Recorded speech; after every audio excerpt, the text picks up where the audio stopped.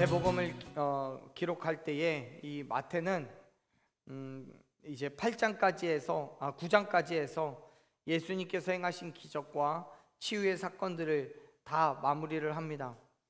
그리고 이제는 예수님의 사역 가운데로 제자들을 초청하는 장면이 시작이 됩니다. 사실 예수님의 사역은 예수님으로 끝나는 게 아니에요. 그 사역은 예수님께서 다시 이 땅에 오실 때에 끝이 납니다. 그때까지 계속되어야 되는 것이 복음의 사역입니다. 그렇기 때문에 예수님께서는 부활 후에 승천하시면서 제자들에게 땅 끝까지 복음을 전하라고 명령을 하신 거예요. 그것은 예수님 당시 제자들뿐만 아니라 오늘날 저와 여러분에게도 당연히 해야 할 주어진 사명임을 믿으시길 바랍니다. 그래서 예수님은 제자들을 부르신 거예요. 그리고 그들에게 그들을 보내시며 권능을 주시죠. 1절 말씀을 한번 같이 읽어보겠습니다. 1절, 예수께서 그 12제자를 부르사 더러운 귀신을 쫓아내며 곧 모든 병과 모든 약한 것을 고치는 권능을 주시니라. 아멘.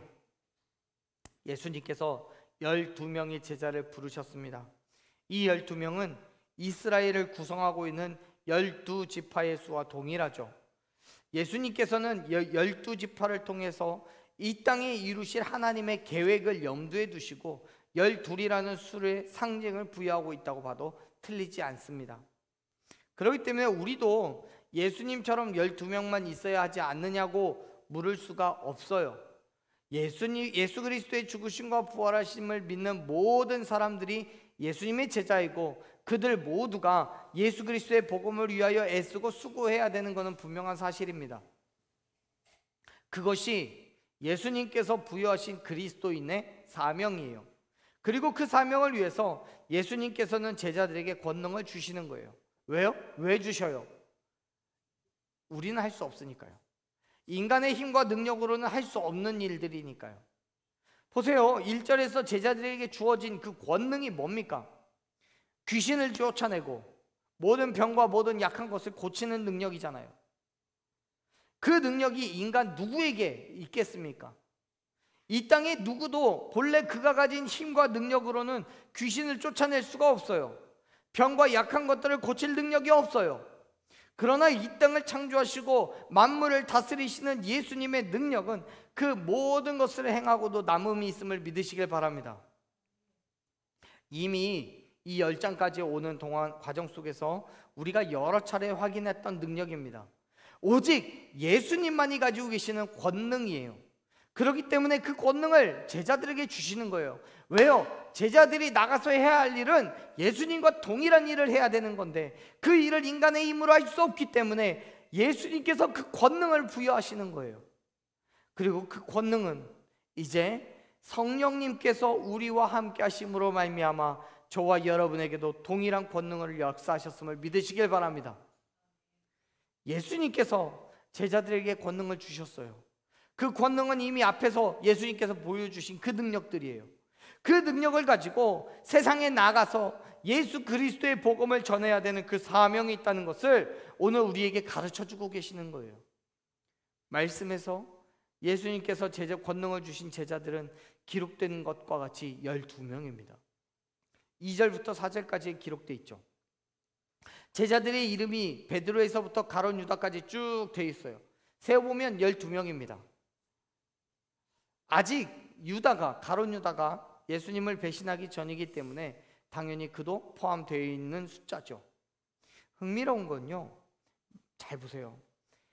다른 제자들 말고 오직 가룟 유다에게는 예수님을 판 자라는 수식어가 붙습니다. 이 사건이 일어날 때는 그 누구도 알 수 없었던 유다의 행함에 대해서 지금 굳이 언급하고 있는 이유 중에 하나가 바로 그럼에도 불구하고 예수님을 팔았기 때문이에요. 자, 무슨 말이냐면 지금 이 시점에서 가룟 유다는 예수님의 치유의 기적과 귀신을 쫓아내는 기적을 눈으로 보고 확인했어요. 이미 10장까지 오는 그 과정 속에서 이미 다 봤던 거예요. 예수님의 파송을 받아서 복음을 전할 때도 예수님이 주신 그 권능을 힘입고 온 마을로 다니면서 귀신을 쫓아내고 병든 자를 고쳤어요. 그것이 가룟 유다가 했던 일들 중에 하나예요. 그런데요, 그럼에도 불구하고 하나님의 때가 되었을 때 가룟 유다는 예수님을 팔아버린 거예요. 여러분이라면 어떻게 하시겠습니까? 만일 지금 이 시간에 이곳에 예수님께서 오셔서 당신이 가지고 계시는 그 치유의 능력을 보여주시고 저와 여러분에게 그 권능을 주시며 나가서 똑같이 하라고 하셨을 때 우리가 그 능력을 행한다면 나중에 때가 되었다고 해서 예수님을 은 30에 팔아버릴 수 있겠습니까? 아니요. 저는요, 목숨을 걸고 예수님을 지킬 거예요. 그런데요, 가룟 유다는 예수님을 팔아버렸어요. 결국 그런 거예요. 인간이 가진 힘과 능력은 유한한 거예요.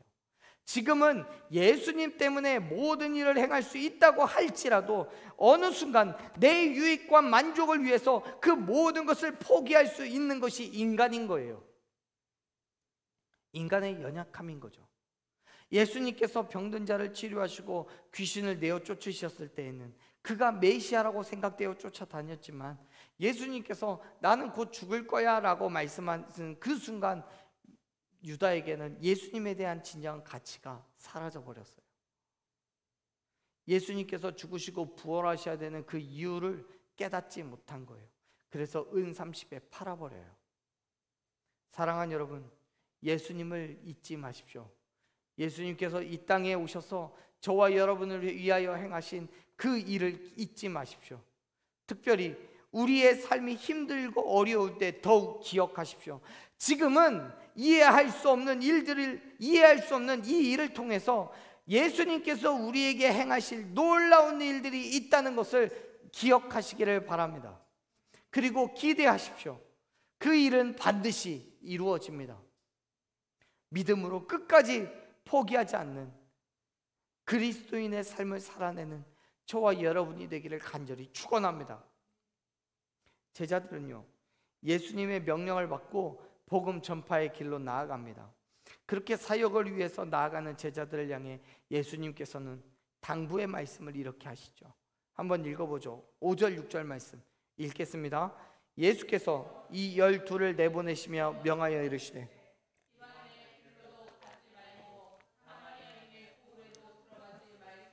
오히려 이스라엘 집에 잃어버린 양에게로 가라. 아멘. 지금 우리가 읽은 이 5절 6절 같은 이 말씀은 같은 내용을 기록하고 있는 마가복음 6장이나 누가복음 9장에는 기록되어 있지 않고요, 오직 마태복음에만 기록되어 있는 말씀입니다. 지금 마태는 이스라엘 백성들이 오랫동안 기다려온 메시아로서의 예수님과 유대인과의 그 관계에 대해서 강조하고 있는 거예요. 다시 말해서 5절에서 6절에서 언급하고 있는 건 이방인이나 사마리아인 말고 오직 유대인들에게 가서 복음을 전하라는 명령입니다. 이스라엘 집에 잃어버린 양이라는 건 하나님의 백성이지만 그 울타리를 벗어나 있는 사람을 의미하는 말이에요. 유대인들을 지칭하는 것이죠. 그렇다고 여러분 오해하지 마십시오. 예수 그리스도의 복음이 오직 유대인들만을 위한 것은 아니에요. 성경을 자세히 살펴보면 예수님께서는 모든 세대, 모든 인류에 대한 궁극적인 목표가 있으셨습니다. 그래서 마태복음 28장을 보면 모든 민족에게 복음을 전하라고 하시죠. 또 사도행전 1장을 보면 예루살렘과 온 유대와 사마리아 땅까지 이르러 복음을 전하라고 명령하세요. 그걸 볼 때에 예수님께서는 유대인에게만 집중되어 있는 복음이 아니라 모든 인류, 모든 세대를 통일하는 그 복음에 있었다는 거예요. 그런데 지금 이 말씀을 그렇다면 뭘 의미하는 걸까요? 쉬운 표현으로 말하자면 선택과 집중이에요. 다시 말해서 지금은 유대인들을 위한 사역을 펼치는 것이 가장 효과적일 때라고 말씀하시는 거예요. 그렇습니다. 당시의 유대인들은 다른 누구보다 하나님에 대해서 알고 있었고 구약의 예언도 알고 있어요. 아무것도 모르는 이방인들에게 복음을 전하는 것보다는 믿고 안 믿고를 떠나서 기초 이상의 지식을 가지고 있는 유대인들에게 복음을 전했을 때 훨씬 쉽게 이해하고 받아들일 수 있었던 거죠. 더 나아가서 그들은 이미 하나님으로부터 선택받은 백성으로 하나님의 소유가 된 자들이에요. 그러나 하나님의 본질이 아닌 율법적인 행함을 추구하면서 하나님을 떠나버렸기 때문에 그들이 곧 잃어버린 양이 되어버린 겁니다. 그렇기 때문에 지금 예수님께서는 모든 사람들이 다 중요하고 모든 사람들이 전부 다 구원을 받아야 마땅한데 지금은 유대인들에게 집중하자라고 말씀하시는 거예요. 때로는 우리도 선택과 집중이 필요합니다. 우선순위를 정해야 돼요. 믿지 않는 사람들에게 복음을 전하는 것들도 중요합니다. 믿음이 있지만 나오지 않는 지체들, 또 믿음이 연약한 지체들, 세상에 나아가는 지체들에게 복음을 전하는 것도 중요합니다. 그래서 밖에 나가서 복음을 전하기도 하지만 교회 안에서도 성경 공부를 통해서 양육하고 배우고 전하는 것도 분명히 필요한 일인 거예요. 그렇게 잃어버린 양에게로 가라고 명령하시면서 그들이 선포해야 될 말을 가르쳐 주시는 거예요. 여러분, 우리도요 선택과 집중이 필요합니다. 이 교회 안에 있는 누군가는 밖에서 복음을 전하는 사람도 있는가 하면 누군가는 안에서 양육을 해야 될 사람도 필요한 거예요. 이 땅에 있는 모든 교회들 중에서 누군가는 믿는 사람들을 위한 사역을 감당하는 교회가 있는가 하면 누군가는 장애인을 위한 사역을 감당하기도 하고 누군가는 군인들을 위한 복음을 전하기도 하는 거예요.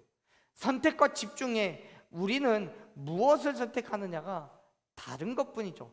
그거에 틀렸다라고 말할 수는 없는 거예요. 지금 예수님께서도 이 말씀 안에서는 유대인들에게 집중해서 말씀을 하시는 거고요, 다른 곳에서는 또 이방인들을 위한 말씀을 하시는 구역도 있습니다.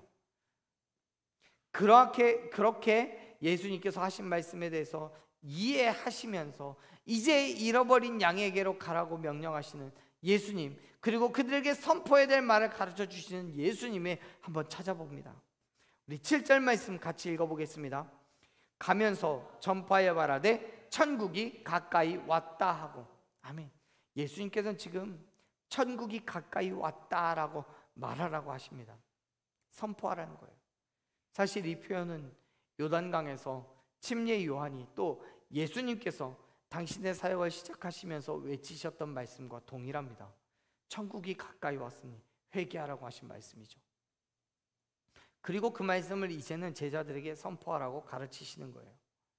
우리는 이 사실을 통해서 예수님께서는 제자들의 사역을 예수님께서 행하시는 사역과 다르지 않게 보고 계신다는 것을 알 수 있습니다. 무슨 말이냐면요, 예수님께서 직접적으로 행하신 그 사역과 이 땅에서 우리가 그리스도인으로서 해야 할 사역은 큰 차이가 없다는 거예요.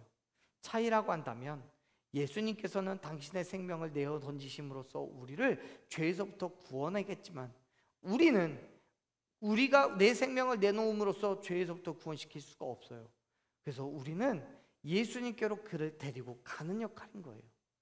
그 역할이 다른 거지, 정말 하나님의 말씀 앞에서 모든 사람들이 구원받기를 원하시는 것은 예수님이나 우리나 다를 게 없다는 거죠.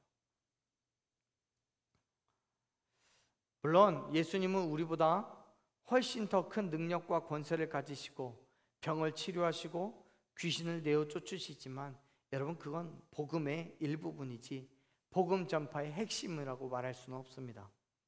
복음은 그리스도로 하여금 이 땅이 아닌 천국을 소망하게 하는 것이지 이 땅에서의 필요를 채워주는 게 아닌 거예요. 지금도 마찬가지입니다. 예수 그리스도를 믿음으로 말미암아 이 땅에서 물질적으로, 환경적으로 또는 마음으로 평안을 누리는 은혜는 있을 수 있겠지만 그게 복음의 핵심이 아닙니다. 복음은요, 예수 그리스도의 복음은 죽어가는 우리의 영혼을 살리시고 어둠에서부터 빛으로 인도해 내는 것이 1차적인 목표인 거예요. 그 다음에 이 땅에서의 삶이 채워지는 거죠. 그렇기 때문에 예수님을 믿으면 이 땅에서 복을 많이 받는다는 것 완전히 틀리지도 않지만 또 맞는 얘기도 아닌 거예요. 우리가 추구해야 될 것은 이 땅에서의 많은 돈을 벌고 건강하게 오래도록 살아가는 것을 추구하는 게 아니에요. 우리는 예수 그리스도의 복음으로 천국을 소망해야 함을 믿으시길 바랍니다. 그런 의미에서 복음의 핵심은 이 땅에 천국이 가까이 왔다는 것을 선포하는 거예요. 예수 그리스도의 통치가 완전하게 실현되는 하나님의 나라에서 그의 백성들이 누리게 되는 그 기쁨과 만족은 이 땅에서 우리가 추구해야 되는 건강이라든지 물질의 축복이라든지 그 많은 것들과 비교할 것이 없어요. 예수님께서는 그래서 가장 먼저 천국을 선포하라고 하시는 거예요. 그리고 나서 그 뒤에 있죠. 병든 자를 고치고 죽은 자도 살리고 귀신도 쫓아내고 하는 거예요. 사랑하는 여러분, 우리가 복음을 전하기 위해서 여러 가지 사역을 행하지만요, 천국 말고는 어떤 것도 중요하지 않습니다. 지역과 사회의 여러 모양으로 헌신하고 수고하더라도요, 천국 복음 말고는 중요한 게 아니에요. 바꿔 말하면 천국 복음이 아니면 그렇게 할 이유가 없다는 거예요. 그 복음을 전하기 위해서 전도도 하는 거고요, 그 복음을 전하기 위해서 밖에 나가서 사회 봉사도 하고 그러는 거예요. 그 복음을 전하기 위해서 교회가 겨울나기 행사도 하는 거고, 또 복음을 전하기 위해서 도서관도 여는 거예요. 더 나아가서 복음을 전하기 위해서 우리가 사회에서 돈을 벌기도 하는 거고요, 복음을 전하기 위해서 교제도 하는 거예요. 복음을 전하기 위해서 공부하고 복음 전하기 위해서 사업하는 거예요. 그것 말고는 중요한 게 아닌 거예요. 그래서 예수님께서 말씀하신 거예요. 그 복음 때문에 우리가 살아가고 있는 거라고요. 7절에 처음에 그렇게 말하고 있죠. 가면서라고요. 가면서요. 가면서 전파하는 거예요. 이 자리에 멈춰서서 아무도 바라보지 않고 아무도 만나지 않는데 복음 전한다고 그걸 누가 들어요? 가면서 전하는 거예요. 우리가 우리에게 주어진 그 믿음의 삶, 그리스도인의 삶을 살아가면서 우리가 살아가는 그 모든 과정 속에서 예수 그리스도의 복음이 선포되어져야 함을 믿으시길 바랍니다. 살아가는 모든 것이 복음이어야 되는 거예요. 그것이 그리스도의 삶이에요. 사랑하는 여러분, 복음을 위해서 살아가십시오. 그 복음을 전하기 위해서 예수님께서 우리에게 권능을 주시는 줄로 믿습니다. 그 권능으로 이 땅의 어둠을 몰아내고, 그 권능으로 우리의 건강을 회복시키시고, 그 권능으로 우리의 삶의 필요를 채워주실 줄로 믿습니다. 그렇기 때문에 우리에게 필요한 것은 더 이상 없는 거예요. 예수 그리스도의 권능, 성령의 충만함이 있으면 오직 복음이면 되는 거예요. 예수님께서는 제자들에게 이렇게 말씀합니다. 9절 10절 읽겠습니다. 너희 전대에 금이나 은이나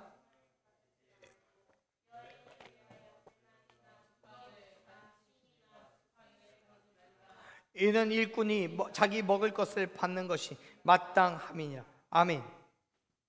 예수님께서는 전대나 금이나 은이나 동을 가지지 말라고 말씀하세요.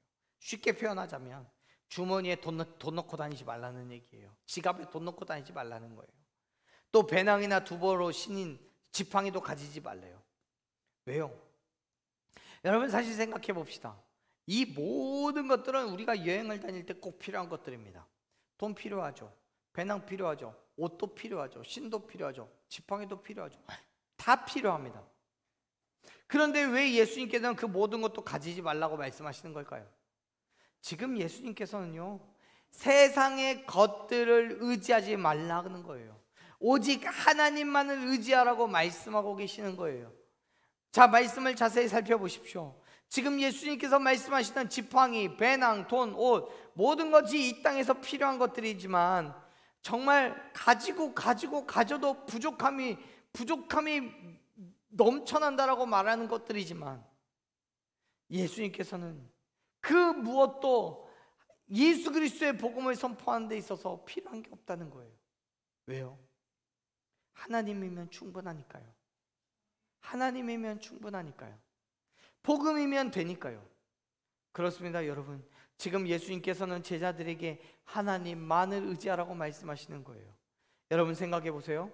사실 제자들이 각 지방으로 다니면서 하나님 내 나라를 선포할 때마다 유대인들로부터 얼마나 많은 핍박과 어려움을 겪겠습니까? 우리가 미처 상상하기도 어려울 만큼 괴로운 시간들을 보낼 거예요. 그런 상황 속에서 그들을 위로할 수 있는 게 뭐겠습니까? 아무것도 없어요. 돈으로도 위로받지 못해요. 배낭으로도 위로받지 못해요. 지팡이로도 위로받지 못해요. 세상 제자들은요, 그들의 손에 쥔 것을 바라보고는 어떤 것도 위로를 받을 수가 없어요. 오직 예수 그리스도를 통하여서만이 위로와 평안을 누릴 수 있음을 믿으시길 바랍니다. 인간적인 가치관 속에서, 특별히 지금 같은 물질 만능주의 사회 속에서 말도 안 되는 얘기죠. 불가능합니다. 예수님께서 언급하시는 그 무엇도 이 땅에서 필요하지 않은 게 없으니까요. 그럼에도 불구하고 사랑하는 여러분, 하나님을 의지하십시오. 지금 내가 소유하고 있는 것이 무엇이든 그것은 우리의 힘과 능력의 전부가 아닙니다.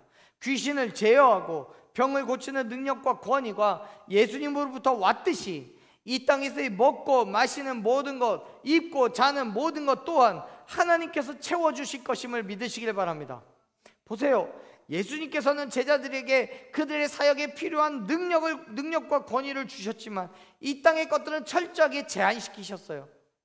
만일 예수님이라면, 당신의 능력이라면 사르밧 과부에게 기름과 가루가 떨어지지 않게 하시든지, 아니면 오병이어의 기적과도 같은 일들을 행하셔서 제자들이 각각 가지고 있는 그 물질이 사라지지 않게 하실 수도 있었을 거예요.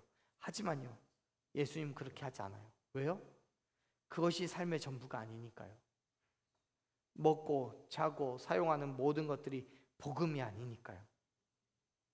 복음은 오직 하나님의 나라에 있음을 믿으시길 바랍니다.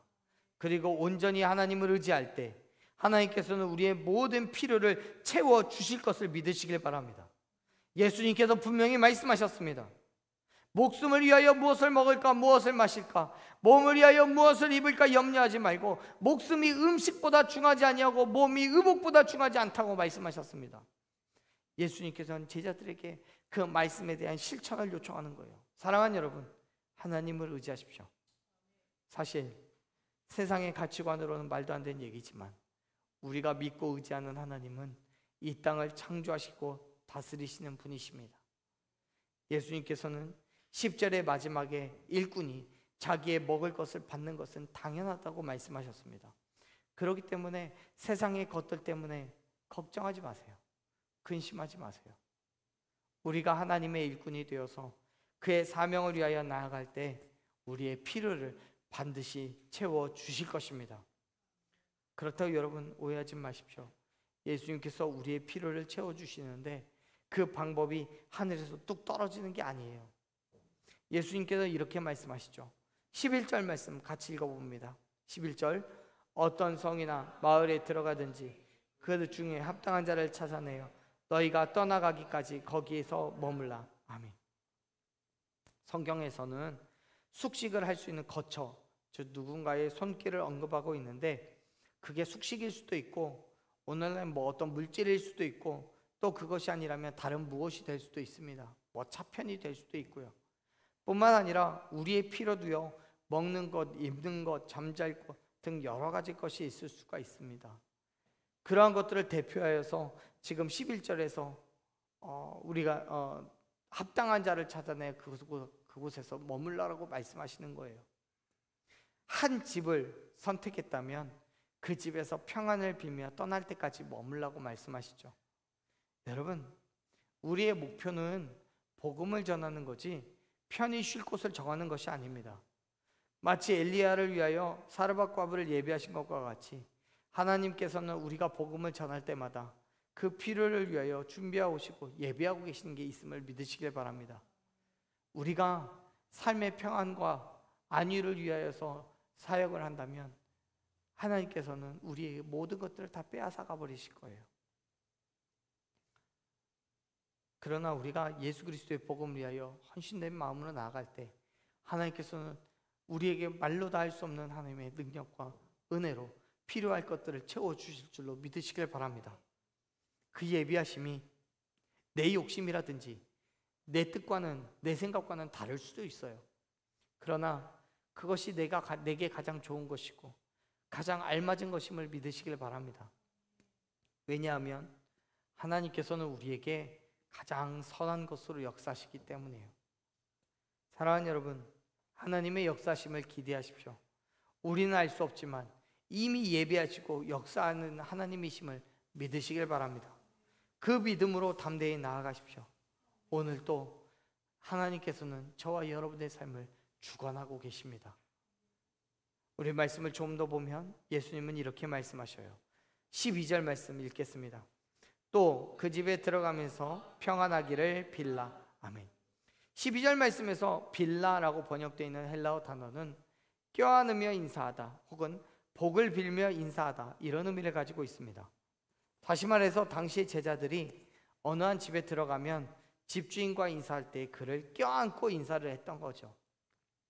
그런데 이 말씀이 단순하게 껴안으면서 인사한다는 것을 의미하지만은 않습니다. 왜냐하면 그 다음에 있는 13절부터 15절까지의 말씀이 지금 이 사건으로 인해서 이어지는 말씀이거든요. 이런 거예요. 당시에 예수님의 제자들의 인사는 집 주인에게 복음을 전파하기 위한 목적을 가지고 그 집에 거주할 수 있는지를 묻는 거예요. 내가 이 집에 거주할 수 있겠습니까? 라고 이야기하면서 하나님의 평안을 빕니다 라고 껴안으려고 하는 거죠. 그럴 때 이 집주인이 그 제자를 거부한다면 껴안지 않는 거예요. 인사를 받지 않는 겁니다. 반대로 그 제자를 받아들이려고 한다면 같이 껴안고 안부를 묻는 거죠.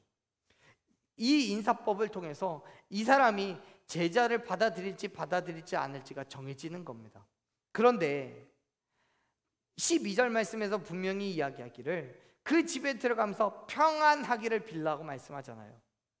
이 평안이라고 번역되어 있는 이 말씀이 에이레네라는 이 단어인데요, 이 말씀 가운데는 축복 기도를 통해서 임하는 복을 의미합니다.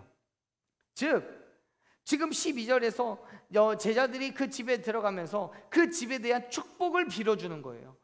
축복 기도를 해주는 거죠.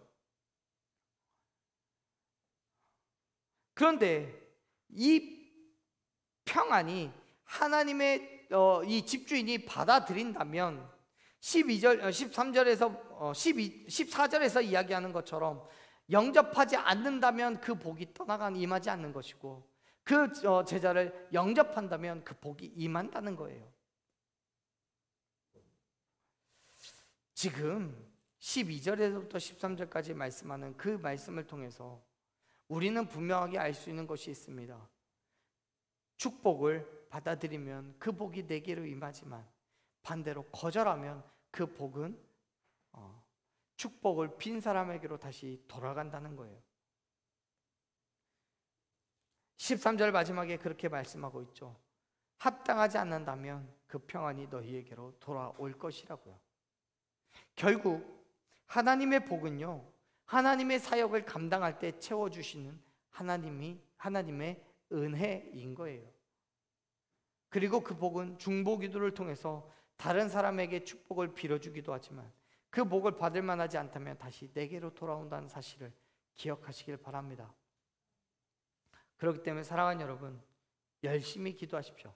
믿음으로 기도하십시오. 하나님께서 우리에게 주신 권능을 붙잡고 기도하십시오. 기도할 때마다 하나님께서 우리의 필요를 채워주시고 맡겨주신 그 사명을 감당케 하심을 믿으시길 바랍니다. 또한 우리가 축복하며 기도할 때마다 그 기도는 우리의 상급이 된다는 사실을 기억하시길 바랍니다. 사랑하는 여러분, 예수님께서는 저와 여러분을 부르셨어요. 우리의 교회를 부르셨어요. 그리고 그 부르심에 합당한 삶을 살아가게 하셨음을 믿으시길 바랍니다. 그게 은혜인 거예요. 그게 권능인 거예요. 그렇기 때문에 사랑하는 여러분, 우리에게 맡기신 그 사명에 최선을 다하십시오. 하나님의 예비하심과 역사하심을 경험하게 될 줄로 믿습니다. 말씀으로 또 믿음으로 하나님의 복음을 들고 나아가는 그 자리자리마다 하나님께서 예배해 두신 일꾼들을 통하여서, 하나님께서 예배해 두신 그 일들을 통하여서 저와 여러분을 풍성하신 은혜로 채워주실 줄로 믿습니다. 그 믿음으로 담대히 예수 그리스도의 복음을 선포하며 나아가는 저와 여러분 되기를 간절히 축원합니다. 우리 이 시간 함께 그러한 믿음 고백하며 나아갔으면 좋겠습니다.